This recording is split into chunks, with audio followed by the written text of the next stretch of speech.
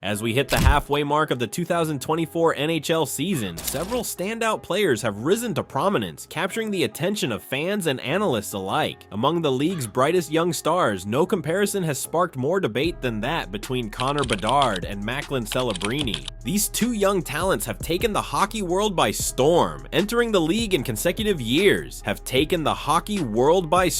showcasing unique skill sets that have scouts and analysts raving about their limitless potential and how good they could become. But as much as Bedard has been touted as the next one, there's a growing case to be made that Celebrini, the younger of the two, might have the skills, team situation, and overall game to one day take the crown. So let's take a closer look at what makes these two players special and why Macklin Celebrini could very well be the NHL's next dominant force. First, let's take a step back and look at the paths these two players have taken to the NHL.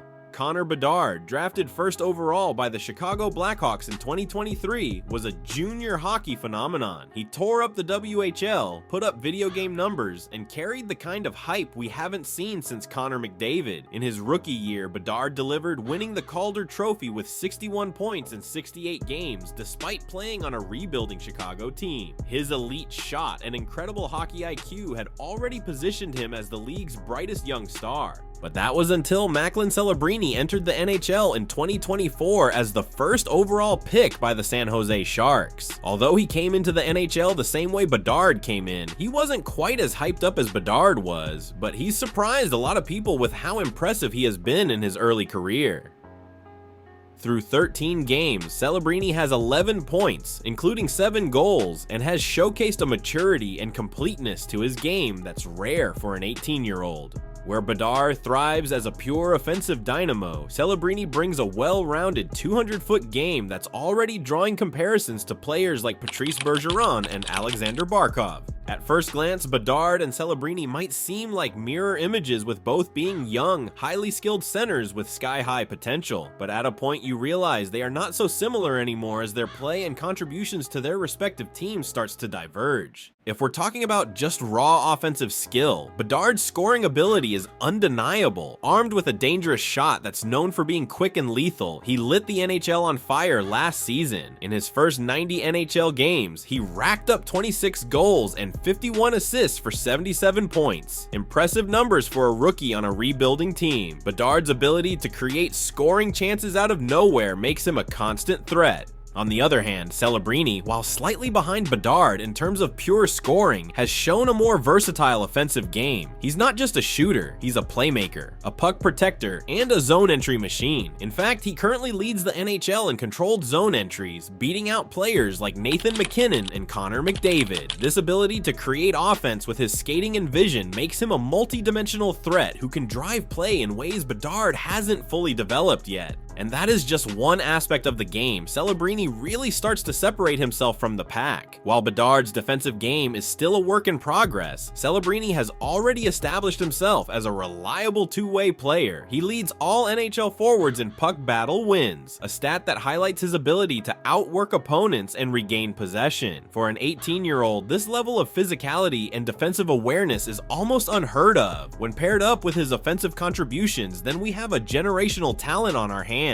And that's just one area where Celebrini sets himself apart from the pack. While Bedard's defensive game remains a work in progress, Celebrini has already established himself as one of the most reliable two-way players in the NHL. Even at just 18 years old, he leads all NHL forwards in puck battle wins, a stat that highlights his ability to outwork opponents and regain possession. For a player so young, this level of defensive awareness and ability to outwork opponents is almost unheard of. But what truly makes Celebrini special is how seamlessly he pairs this with his offensive brilliance. When you combine his defensive tenacity with his ability to create and finish plays at an elite level, you're not just looking at a star, you're witnessing the emergence of a generational talent. Although we can list a lot of reasons why he should be called the next one, it's his commitment to back-checking, ability to disrupt plays, and his positioning in the defensive zone that makes him a coach's dream. He's not just a highlight reel scorer, he's the kind of player you can trust trust in any situation, whether it's killing penalties, protecting a lead, or battling in the corners. So just what is it about Celebrini that makes him such a special player and not Bedard? Well, while it's been repeated on how great Bedard's shot and offensive instincts are, the game of hockey has evolved beyond just knowing how to hit a puck really hard. And that's where Celebrini starts to stand out, as he possesses a set of skills that makes him the most complete young player we've seen in years.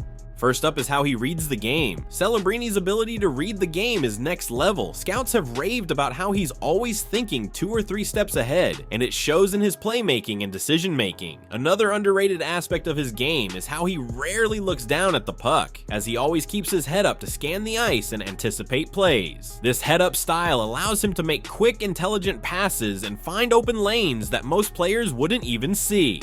Another foundation of Celebrini's game is his skating. He's not just fast, he's explosive and elusive, able to change directions on a dime and create space for himself and his teammates. His ability to drive the middle of the ice on zone entries has become a hallmark of his game, forcing defenders to collapse and opening up opportunities for others. It's a skill that puts him in the same category as players like McDavid and McKinnon.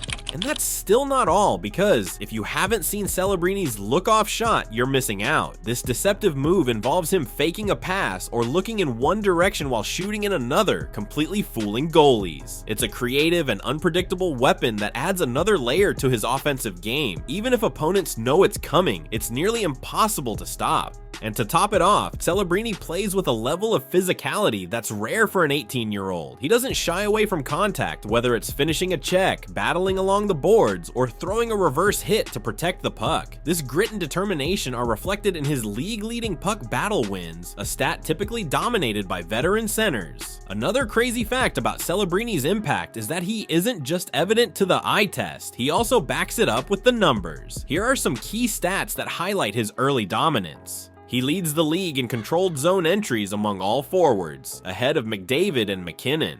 He also has the highest puck battle wins among forwards, and he's 5th for most open ice dekes in the NHL, behind only McDavid, Terry, Ehlers, and Kaprizov. These metrics underline just how well-rounded Celebrini's game is, as they suggest he's only scratching the surface of his potential. While some might argue that Bedard leads Celebrini on the points leaderboard, the environments these players are developing in are also worth considering. Bedard is leading a Blackhawks team that's still very much in the early stages of a rebuild. While he's undoubtedly their franchise centerpiece, the lack of a strong supporting cast means he's often forced to do it all himself. Chicago's prospect pipeline, while ranked 10th in the NHL, is solid but not spectacular, and it may very well take several years before Bedard has the kind of help he needs to truly contend. Celebrini, on the other hand, is in a much more favorable situation. The Sharks' prospect pipeline is ranked 1st in the league, with young talents like Will Smith, Quentin Musty, and Yaroslav Askarov ready to join the NHL roster in the coming years. This means Celebrini is likely to be surrounded by more talent sooner, allowing his game to flourish in ways Bedard's might not. In a few years, while not obvious at the moment, San Jose could very well become a playoff contender built around Celebrini. As the Sharks continue to build around him, Celebrini has the chance to become not just a superstar, but a perennial MVP candidate. His ability to dominate in all aspects of the game makes him a player who can lead his team deep into the playoffs and potentially to a Stanley Cup. So, with all of this taken into account, could Macklin Celebrini surpass Connor Bedard as hockey's next generational superstar? The answer is yes, and it's not a knock on Bedard. Celebrini's unique blend of skill, vision, and two-way play sets him apart as a player who can do it all. The debate between Bedard and Celebrini isn't about tearing one player down to elevate the other. Both are generational talents who will shape the future of the NHL. But if you're looking at who has the potential to have a greater overall impact, Celebrini's complete game, physical maturity, and team environment give him a significant edge. While Bedard's scoring ability will always make him a threat, Celebrini's completeness as a player might just make him the better all-around superstar in the long run.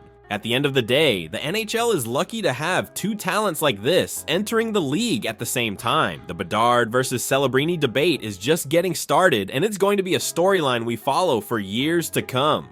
But if Celebrini continues on his current trajectory, don't be surprised if he becomes the face of the league sooner rather than later. Let us know what you think in the comments below, and don't forget to like, subscribe, and stick around for more deep dives into hockey's biggest stories. Thanks for watching, and we'll see you next time.